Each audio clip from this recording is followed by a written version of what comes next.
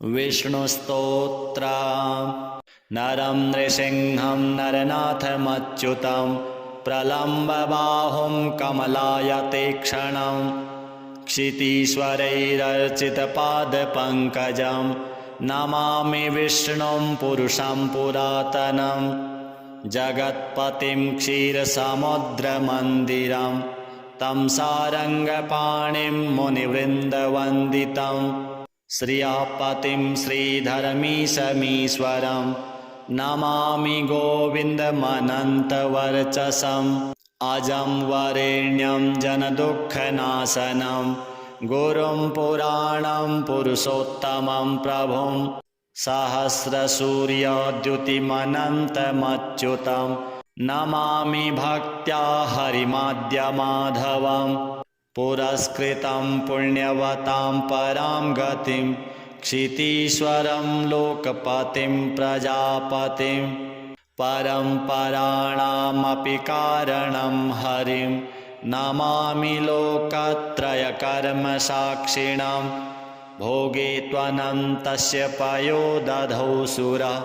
पुरा हि शेते भगवाननादिकृत् क्षीरोदवीचीकणिकाम्बुनोक्षितं तं श्रीनिवासं प्रणतोऽस्मि केशवम् यो नारसिंहं वपुरास्थितो महान् सुरो मुरारिर्मधुकैटभान्तकृत् समस्तलोकार्तिहरं हिरण्यकं नमामि विष्णुं सततं नमामि तम् अनन्तमव्यक्तमतीन्द्रियं विभुं स्वे स्वे हि रूपे स्वयमेव संस्थितं योगेश्वरैरेव सदा नमस्कृतं नमामि भक्त्या सततं जनार्दनम् आनन्दमेकं विरजं विदात्मकं वृन्दालयं योगिभिरेव पूजितम् अणोरणीयान् समवृद्धिमक्षयं नमामि भक्तप्रियमीश्वरं हरिं नरं नृसिंहं नरनाथमच्युतं प्रलम्बबाहुं कमलायतेक्षणं क्षितीश्वरैरर्चितपादपङ्कजं नमामि विष्णुं पुरुषं पुरातनं जगत्पतिं क्षीरसमुद्रमन्दिरं तं सारङ्गपाणिं मुनिवृन्दवन्दितं श्रियापतिं श्रीधरमीशमीश्वरं नमामि गोविन्दमनन्तवर्चसम् अजं वरेण्यं जनदुःखनाशनं गुरुं पुराणं पुरुषोत्तमं प्रभुं सहस्रसूर्यद्युतिमनन्तमच्युतं नमामि भक्त्या हरिमाद्यमाधवं पुरस्कृतं पुण्यवतां परां गतिं क्षितीश्वरं लोकपतिं प्रजापतिं परम्पराणामपि कारणं हरिं नमामि लोकत्रयकर्मसाक्षिणं भोगे त्वनन्तस्य पयो दधौ सुरा पुरा हि शेते भगवाननादिकृत् क्षीरोदवीचीकणिकाम्बुनोक्षितं तं श्रीनिवासं प्रणतोऽस्मि केशवम्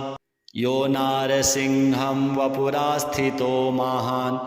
सुरो मुरारिर्मधुकैटभान्तकृत् समस्तलोकार्तिहरं हिरण्यकं नमामि विष्णुं सततं नमामि तम् अनन्तमव्यक्तमतीन्द्रियं विभुं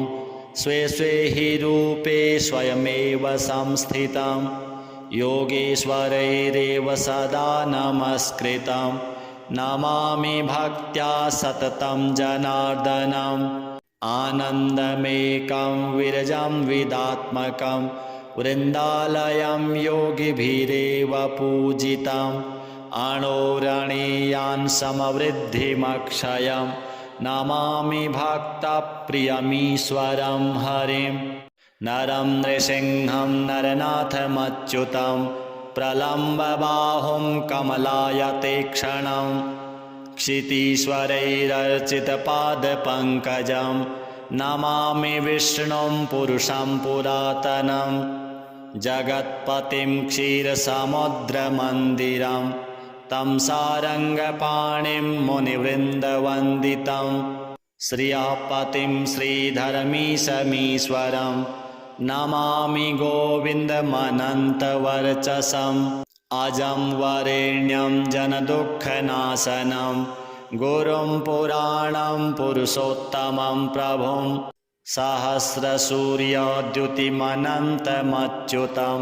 नमामि भक्त्या हरिमाद्यमाधवं पुरस्कृतं पुण्यवतां परां गतिं क्षितीश्वरं लोकपतिं प्रजापतिं परम्पराणामपि कारणं हरिं नमामि लोकत्रयकर्मसाक्षिणं भोगे त्वनन्तस्य पयोदधौ सुरा पुरा हि शेते भगवाननादिकृत् क्षीरोदवीचीकणिकाम्बुनोक्षितं तं श्रीनिवासं प्रणतोऽस्मि केशवम् यो नारसिंहं वपुरास्थितो महान् सुरो मुरारिर्मधुकैटभान्तकृत् समस्तलोकार्तिहरं हिरण्यकं नमामि विष्णुं सततं नमामि तम् अनन्तमव्यक्तमतीन्द्रियं विभुं स्वे स्वे हि रूपे स्वयमेव संस्थितं योगेश्वरैरेव सदा नमस्कृतं नमामि भक्त्या सततं जनार्दनम् आनन्दमेकं विरजं विदात्मकं वृन्दालयं योगिभिरेव पूजितम् अणोरणीयान् समवृद्धिमक्षयं नमामि भक्तप्रियमीश्वरं हरिं नरं नृसिंहं नरनाथमच्युतं प्रलम्बबाहुं कमलायतेक्षणं क्षितीश्वरैरर्चितपादपङ्कजं नमामि विष्णुं पुरुषं पुरातनं जगत्पतिं क्षीरसमुद्रमन्दिरं तं सारङ्गपाणिं मुनिवृन्दवन्दितं श्रियःपतिं श्रीधरमीशमीश्वरं नमामि गोविन्दमनन्तवर्चसम् अजं वरेण्यं जनदुःखनाशनं गुरुं पुराणं पुरुषोत्तमं प्रभुं सहस्रसूर्यद्युतिमनन्तमच्युतं नमामि भक्त्या हरिमाद्यमाधवं पुरस्कृतं पुण्यवतां परां गतिं क्षितीश्वरं लोकपतिं प्रजापतिं परम्पराणामपि कारणं हरिं नमामि लोकत्रयकर्मसाक्षिणं भोगे त्वनन्तस्य पयोदधौ सुरा पुरा हि शेते भगवाननादिकृत् क्षीरोदवीचीकणिकाम्बुनोक्षितं तं श्रीनिवासं प्रणतोऽस्मि केशवम् यो नारसिंहं वपुरास्थितो महान् सुरो मुरारिर्मधुकैटभान्तकृत् समस्तलोकार्तिहरं हिरण्यकं नमामि विष्णुं सततं नमामि तम् अनन्तमव्यक्तमतीन्द्रियं विभुं स्वे स्वे हि रूपे स्वयमेव संस्थितं योगेश्वरैरेव सदा नमस्कृतं नमामि भक्त्या सततं जनार्दनम् आनन्दमेकं विरजं विदात्मकं वृन्दालयं योगिभिरेव पूजितम् अणोरणीयान् समवृद्धिमक्षयं नमामि भक्तप्रियमीश्वरं हरिं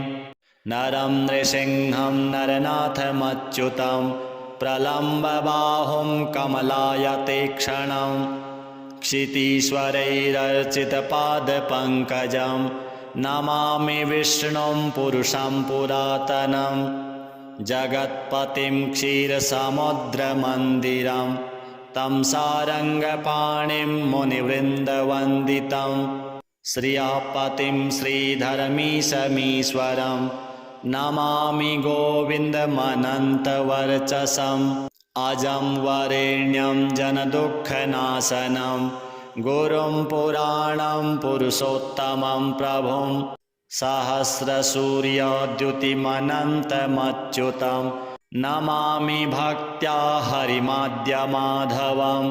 पुरस्कृतं पुण्यवतां परां गतिं क्षितीश्वरं लोकपतिं प्रजापतिं परम्पराणामपि कारणं हरिं नमामि लोकत्रयकर्मसाक्षिणां भोगे त्वनन्तस्य पयोदधौ सुरा पुरा हि शेते भगवाननादिकृत् क्षीरोदवीचीकणिकाम्बुनोक्षितं तं श्रीनिवासं प्रणतोऽस्मि केशवं यो नारसिंहं वपुरास्थितो महान् सुरो मुरारिर्मधुकैटभान्तकृत् समस्तलोकार्तिहरं हिरण्यकं नमामि विष्णुं सततं नमामि तम् अनन्तमव्यक्तमतीन्द्रियं विभुं स्वे स्वे हि रूपे स्वयमेव संस्थितं योगेश्वरैरेव सदा नमस्कृतं नमामि भक्त्या सततं जनार्दनम् आनन्दमेकं विरजं विदात्मकं वृन्दालयं योगिभिरेव पूजितम् अणोरणीयान् समवृद्धिमक्षयं नमामि भक्तप्रियमीश्वरं हरिं नरं नृसिंहं नरनाथमच्युतं प्रलम्बबाहुं कमलायतेक्षणं क्षितीश्वरैरर्चितपादपङ्कजं नमामि विष्णुं पुरुषं पुरातनं जगत्पतिं क्षीरसमुद्रमन्दिरं तं सारङ्गपाणिं मुनिवृन्दवन्दितं श्रियापतिं श्रीधरमीशमीश्वरं नमामि गोविन्दमनन्तवर्चसम् अजं वरेण्यं जनदुःखनाशनं गुरुं पुराणं पुरुषोत्तमं प्रभुं सहस्रसूर्यद्युतिमनन्तमच्युतं नमामि भक्त्या हरिमाद्यमाधवं पुरस्कृतं पुण्यवतां परां गतिं क्षितीश्वरं लोकपतिं प्रजापतिं परम्पराणामपि कारणं हरिं नमामि लोकत्रयकर्मसाक्षिणां भोगे त्वनन्तस्य पयोदधौ सुरा पुरा हि शेते भगवाननादिकृत् क्षीरोदवीचीकणिकाम्बुनोक्षितं तं श्रीनिवासं प्रणतोऽस्मि केशवं यो नारसिंहं वपुरास्थितो महान्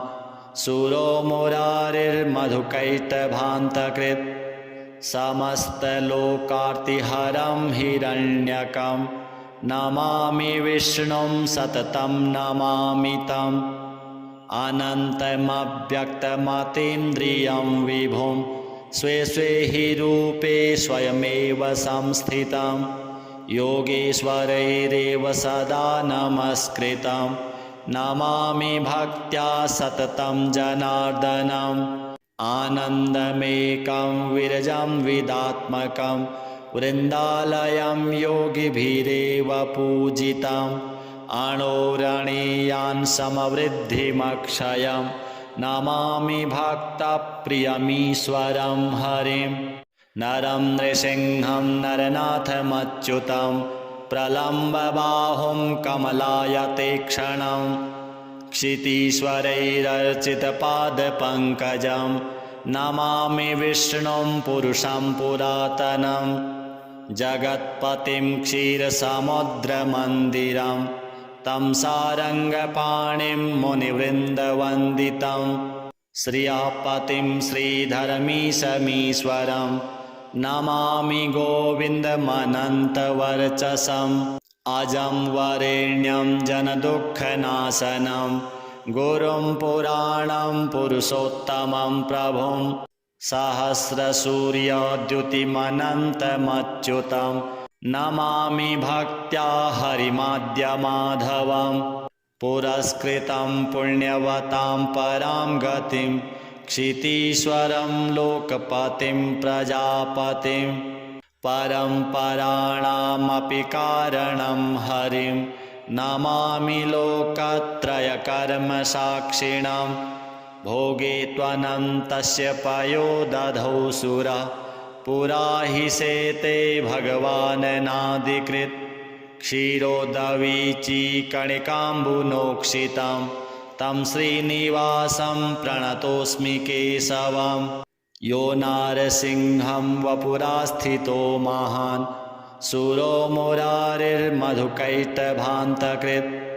समस्तलोकार्तिहरं हिरण्यकं नमामि विष्णुं सततं नमामि तम्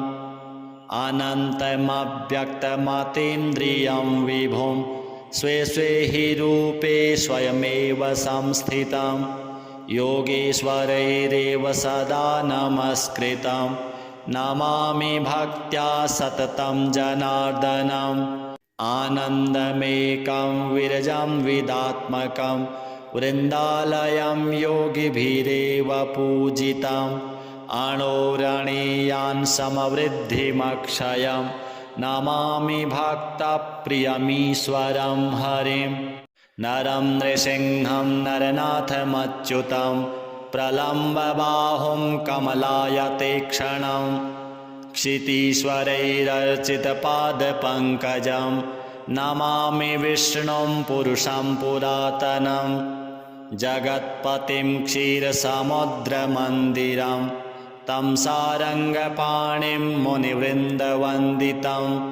श्रियःपतिं श्रीधरमीशमीश्वरं नमामि गोविन्दमनन्तवर्चसम् अजं वरेण्यं जनदुःखनाशनं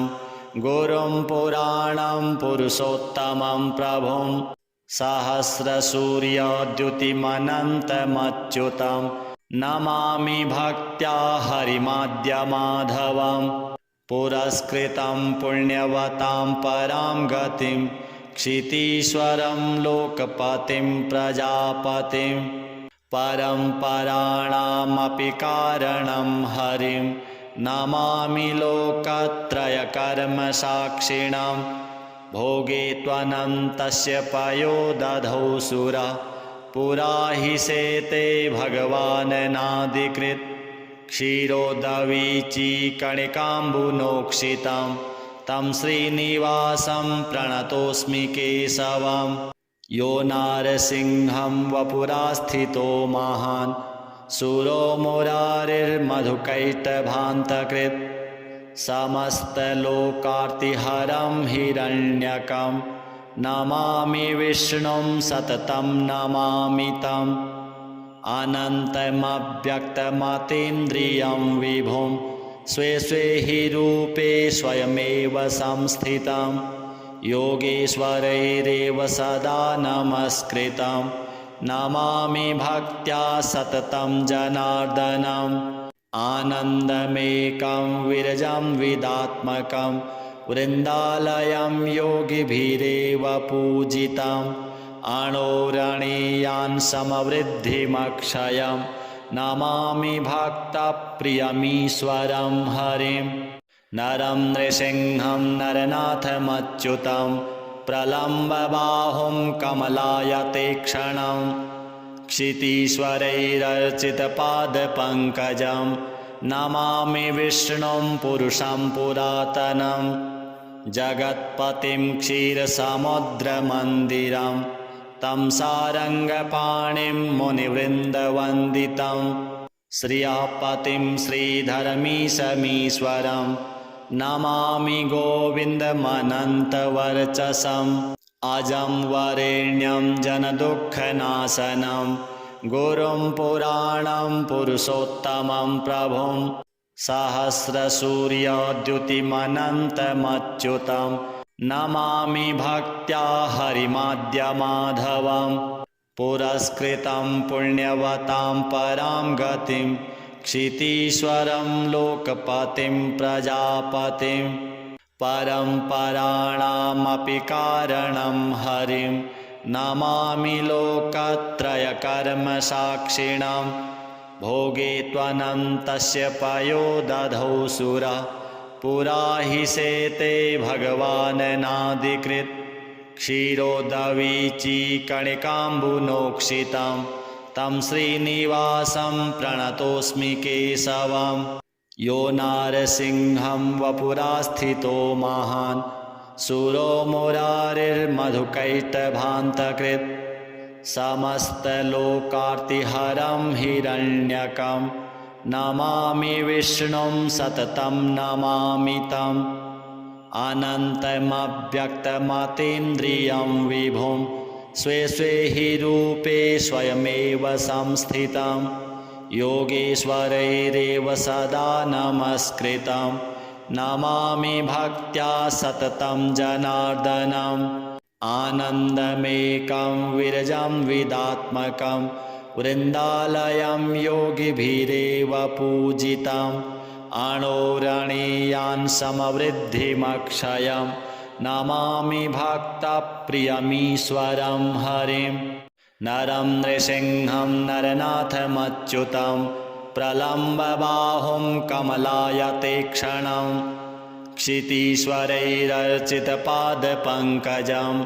नमामि विष्णुं पुरुषं पुरातनं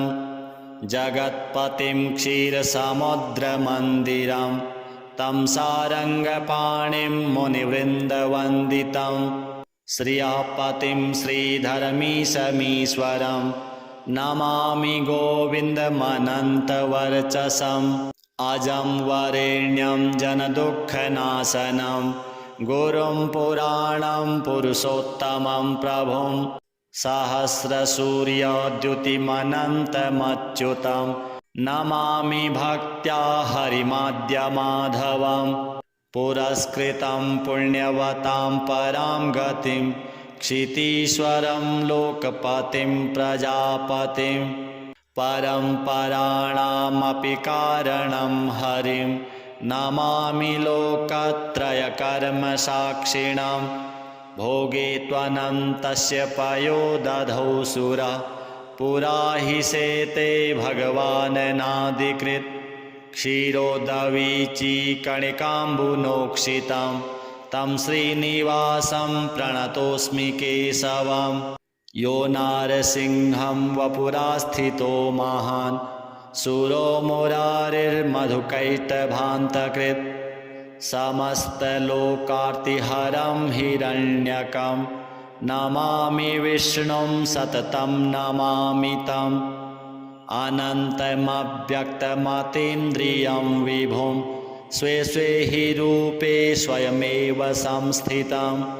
योगेश्वरैरेव सदा नमस्कृतं नमामि भक्त्या सततं जनार्दनम् आनन्दमेकं विरजं विदात्मकं वृन्दालयं योगिभिरेव पूजितम् अणोरणीयान् समवृद्धिमक्षयं नमामि भक्तप्रियमीश्वरं हरिं नरं नृसिंहं नरनाथमच्युतं प्रलम्बबाहुं कमलायतेक्षणं क्षितीश्वरैरर्चितपादपङ्कजं नमामि विष्णुं पुरुषं पुरातनं जगत्पतिं क्षीरसमुद्रमन्दिरं तं सारङ्गपाणिं मुनिवृन्दवन्दितं श्रियापतिं श्रीधरमीशमीश्वरं नमामि गोविन्दमनन्तवर्चसम् अजं वरेण्यं जनदुःखनाशनं गुरुं पुराणं पुरुषोत्तमं प्रभुं सहस्रसूर्यद्युतिमनन्तमच्युतं नमामि भक्त्या हरिमाद्यमाधवं पुरस्कृतं पुण्यवतां परां गतिं क्षितीश्वरं लोकपतिं प्रजापतिं परम्पराणामपि कारणं हरिं नमामि लोकत्रयकर्मसाक्षिणां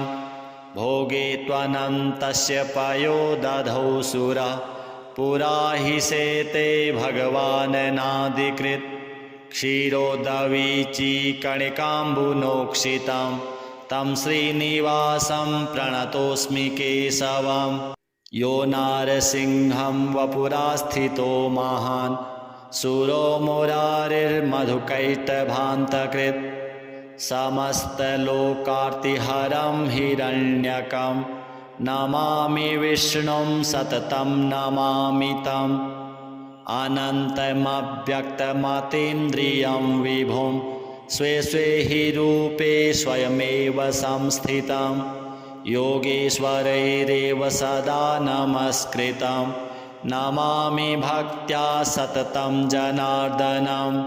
आनन्दमेकं विरजं विदात्मकं